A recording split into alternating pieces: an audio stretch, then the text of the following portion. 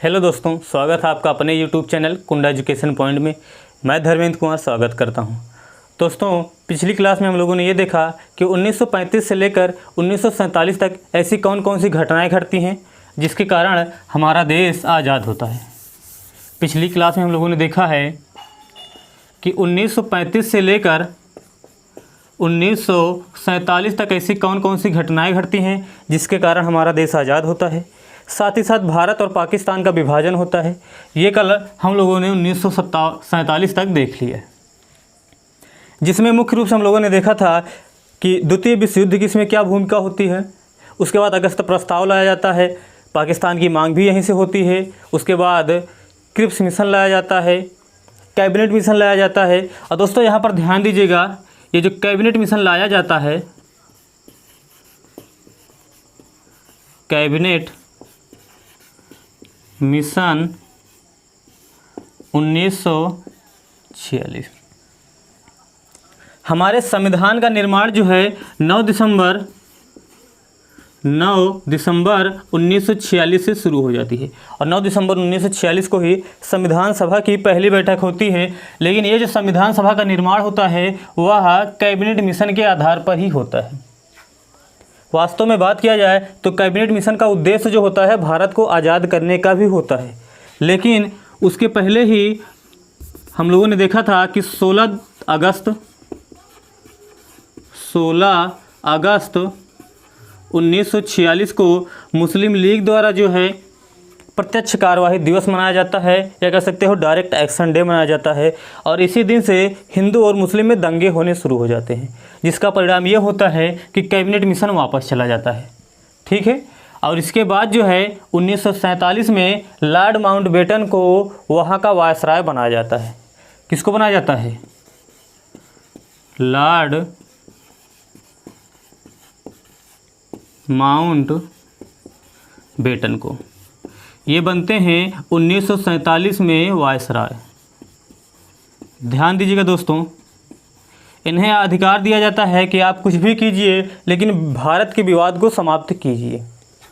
और ये आते हैं और यहाँ पर अपना रिपोर्ट तैयार करते हैं कि क्या क्या किया जाए जिससे भारत के विवाद को समाप्त किया जाए।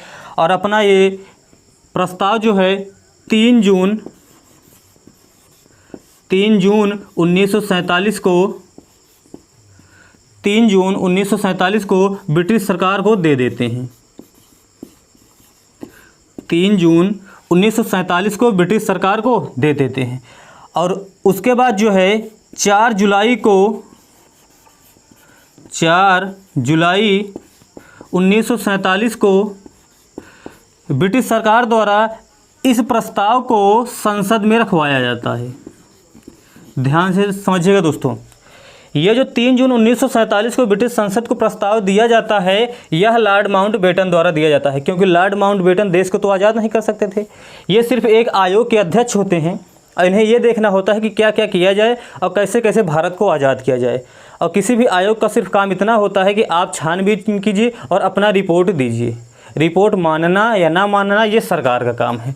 तो ये रिपोर्ट देते हैं और रिपोर्ट देते हैं 3 जून 1947 को। ठीक है। उसके बाद 4 जुलाई 1947 को इसे संसद में रखा जाता है। और 4 जुलाई के बाद जो है 18 जुलाई 1947 को ही यह संसद से पारित हो जाता है, या कह सकते हो पास हो जाता है। और यह जो होता है 1947 में पास होता है। कब पास होता है? 1947 में पास होता है। इसका मुख्य उद्देश्य होता है भारत को आज़ाद करना। इसी के आधार पर इसे कहा जाता है 1947 का भारत स्वतंत्रता अधिनियम।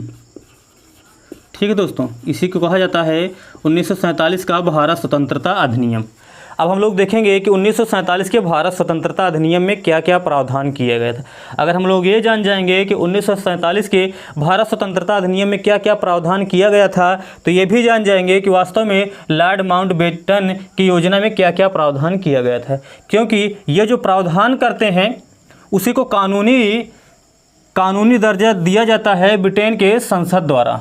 तो यहाँ पर ध्यान दीजिएगा दोस्तों, अगर ये पूछा जाए 1947 का भारत शासन अधिनियम लाए जाने का आधार क्या था, तो वह था लॉर्ड माउंटबेटन योजना। अगर ये कहा जाए लॉर्ड माउंटबेटन योजना द्वारा अपना रिपोर्ट जो है कब प्रस्तुत किया जाता है, तो याद रखिएगा 3 जून 1947। अगर ये कहा जाए लॉर्ड माउंटबेटन के द्वारा 3 जून 1947 को प्रस्तुत कर देने के बाद उसे ब्रिटिश संसद में कब रखा जाता है, तब 4 जुलाई 1947 को रखा जाता है। और ये कहा जाए कब पारित हो जाता है, तब 18 जुलाई 1947 को पारित हो जाता है। दोस्तों अब हम लोग पढ़ेंगे 1947 का भारत स्वतंत्रता अधिनियम। इसको थोड़ा मिटा देते हैं, तब हम लोग शुरू करते हैं। अब हम लोग देखेंगे भारत स्वतंत्रता अधिनियम 1947 में क्या क्या प्रावधान किए गए थे। ठीक है दोस्तों, ध्यान दीजिएगा। पहला सवाल तो यही पूछा जा सकता है, भारत स्वतंत्रता अधिनियम 1947 किस पर आधारित था, तो याद रखिएगा यह जो है लॉर्ड माउंटबेटन योजना पर आधारित था। इसके बारे में तो अभी हम लोगों ने देख ही लिया है, लॉर्ड माउंटबेटन योजना पर आधारित था।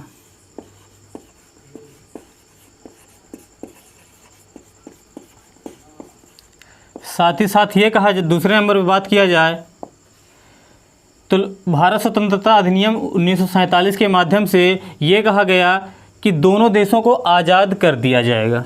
इसका मतलब ये है भारत को क्या किया जाएगा, ध्यान से समझिएगा, भारत को आज़ाद कर दिया जाएगा। कब आज़ाद किया जाएगा, तो इसकी तारीख रखी गई 15 अगस्त 1947 को।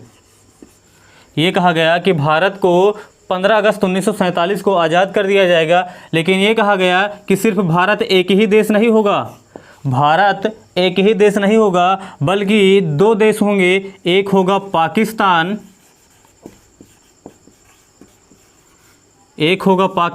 और एक होगा भारत। इसका मतलब ये है कि भारत स्वतंत्रता अधिनियम 1947 के माध्यम से भारत और पाकिस्तान का विभाजन हो गया।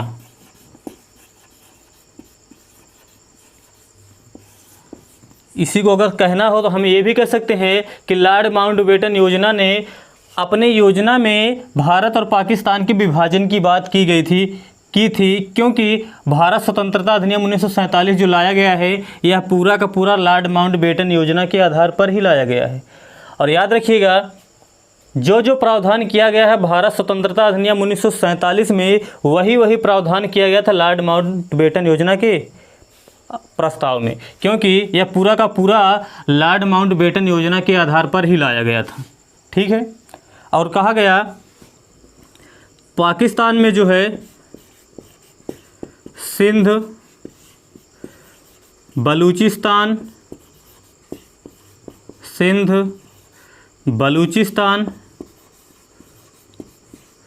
पूर्वी बंगाल,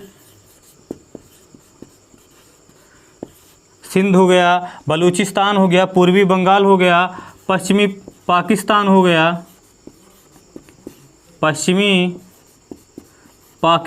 गया, और साथ ही साथ असम का सिलहट जिला हो गया। असम का सिलहट जिला कहा गया है। ये जो है पाकिस्तान के भाग होंगे, बाकी जितना भी क्षेत्र होगा वह भारत का होगा। यहाँ पर एक बात समझिएगा दोस्तों, ये जो अंग्रेज आज़ाद करते हैं वह ब्रिटिश प्रांत को आज़ाद करते हैं, क्योंकि ये अंग्रेज जो है पूरे के पूरे भारत को गुलाम तो बना नहीं पाते हैं। कुछ देसी रियासत अभी भी बचे होते हैं, तो इन देसी रियासतों को कहा जाता है, ध्यान से समझिएगा, ब्रिटिश प्रांत में जहाँ तक अंग्रेज़ों का अधिकार था उन्हें तो स्वतंत्र कर ही देते हैं, साथ ही साथ देसी रियासत को आज़ाद करके ये भी कह देते हैं कि ये देसी रियासत चाहे तो भारत में शामिल हो जाए चाहे तो पाकिस्तान में।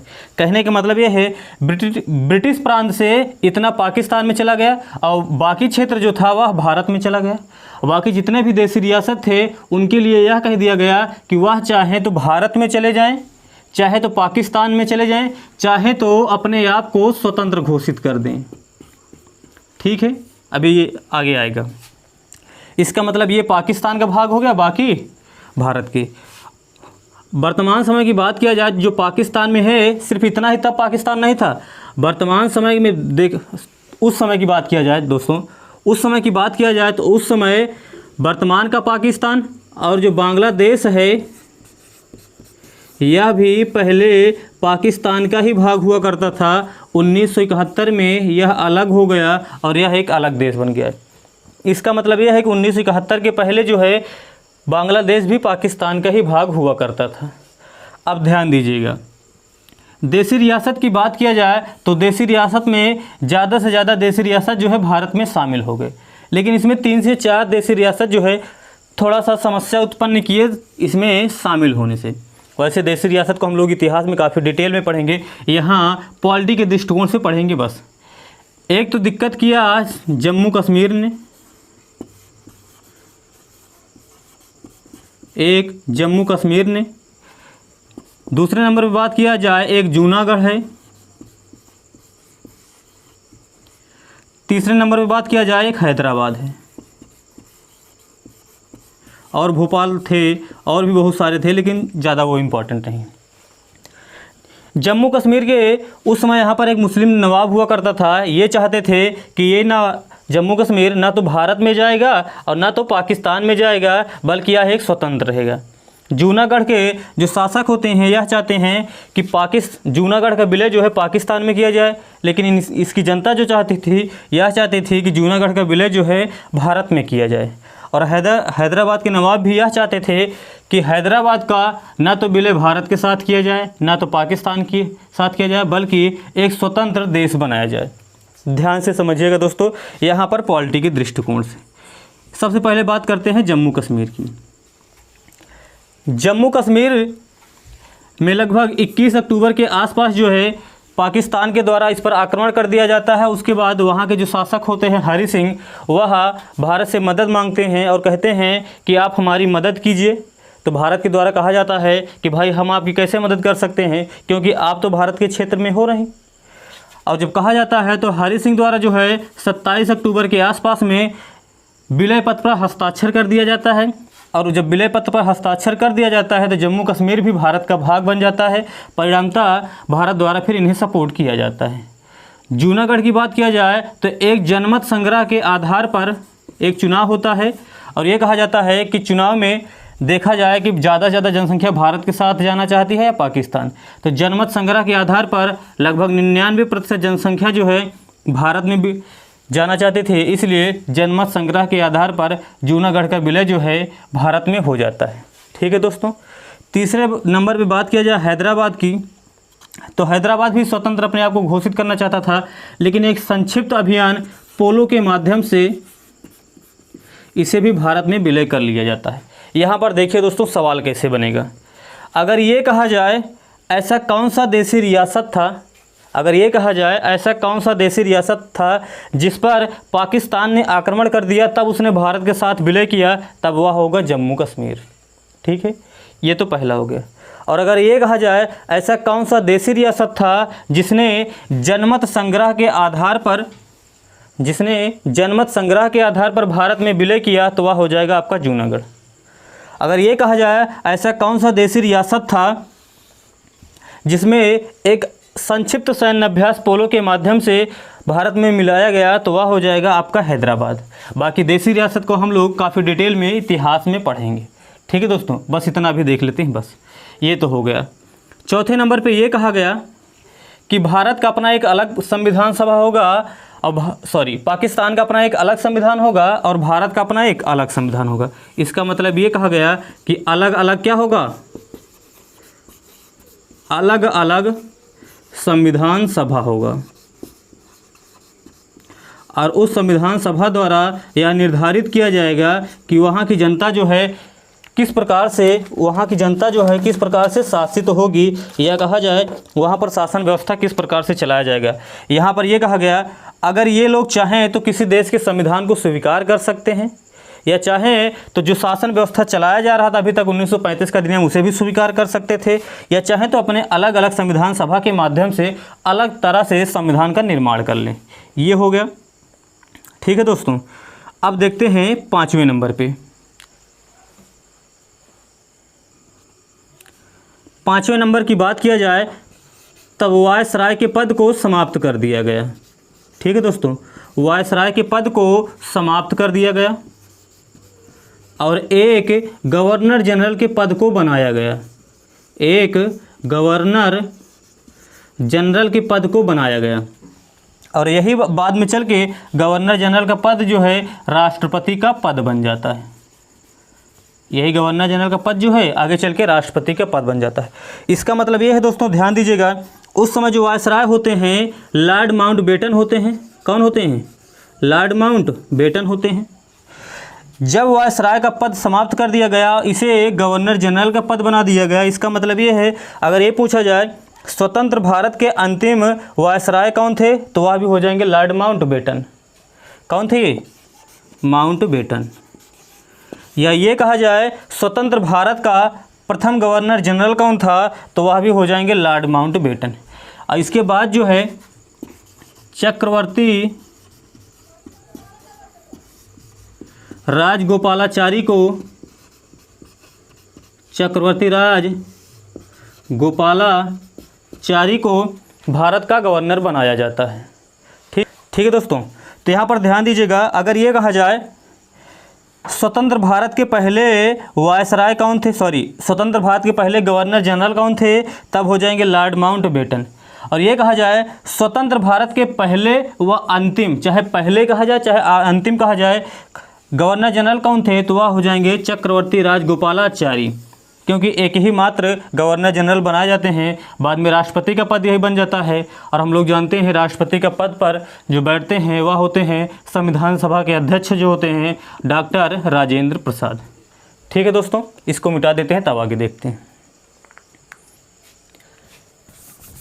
ध्यान दीजिएगा दोस्तों, एक सवाल सबसे ज़्यादा इम्पॉर्टेंट है जो सबसे ज़्यादा पूछा जाता है। ये कहा जाता है, ध्यान से समझिएगा, 15 अगस्त 1947 को हमारा देश आज़ाद हो जाता है। ठीक है, इसके पहले जो यहाँ पर शासन व्यवस्था होती है वह अंग्रेज़ों की होती है। और 15 अगस्त के बाद जो है 26 जनवरी 1950 को हमारा संविधान जो है पूर्ण रूप से बनकर तैयार हो जाता है। और यह संविधान बताता है कि भारत का शासन व्यवस्था कैसे चलाया जाएगा।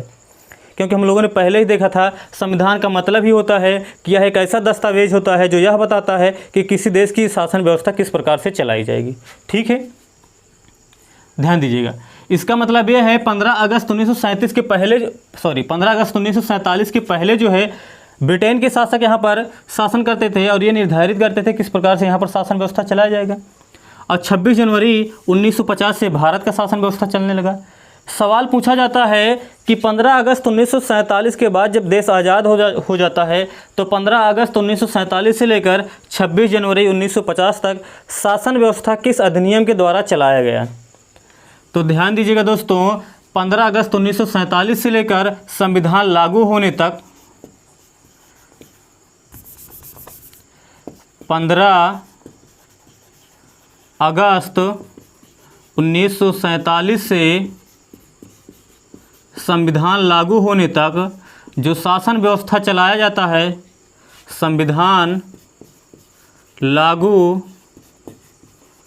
होने तक जो शासन व्यवस्था चलाया जाता है वह भारत शासन अधिनियम 1935 के आधार पर चलाया जाता है। किसके आधार पर? 1935 के आधार पर। ये अभी तक का सबसे ज़्यादा इम्पॉर्टेंट बिंदु है, इसे ज़रूर याद रखिएगा कि 15 अगस्त 1947 से संविधान लागू होने तक जो भारत में शासन व्यवस्था चलाया जाता है वह किसके आधार पर चलाया जाता है, तो वह भारत शासन अधिनियम 1935 के अनुसार चलाया जाता है। और इसी अधिनियम के माध्यम से एक सीमा आयोग का गठन किया जाता है, एक सीमा आयोग का गठन किया जाता है जिसके अध्यक्ष होते हैं रेड क्लिफ होते हैं। और इन्हीं रेड क्लिफ के अध्यक्षता में भारत और पाकिस्तान की सीमा का विभाजन होता है। इसलिए दोस्तों याद रखिएगा, भारत और पाकिस्तान की विभाजित रेखा को या सीमा रेखा को रेड क्लिफ रेखा भी कहा जाता है। क्या कहा जाता है? रेड क्लिफ रेखा भी कहा जाता है। ये था हमारा भारत स्वतंत्रता अधिनियम 1947। ठीक है दोस्तों, आज यहीं पर क्लास ख़त्म करते हैं, बाकी नेक्स्ट वीडियो में देखेंगे। कुछ दोस्तों का ये कहना था कि सर वीडियो थोड़ा छोटी बनाइएगा, इसलिए अब कोशिश किया जाएगा ज़्यादा से ज़्यादा आधे घंटे का ही वीडियो बनाया जाए। तो वीडियो कैसा लगा कमेंट करके ज़रूर बताइएगा। पसंद आए तो लाइक कीजिएगा, शेयर कीजिएगा और चैनल को सब्सक्राइब करके बेल आइकन की घंटी ज़रूर बजा दीजिएगा, ताकि जब भी वीडियो अपलोड किया जाए तो उसकी नोटिफिकेशन आपको मिल जाए। धन्यवाद।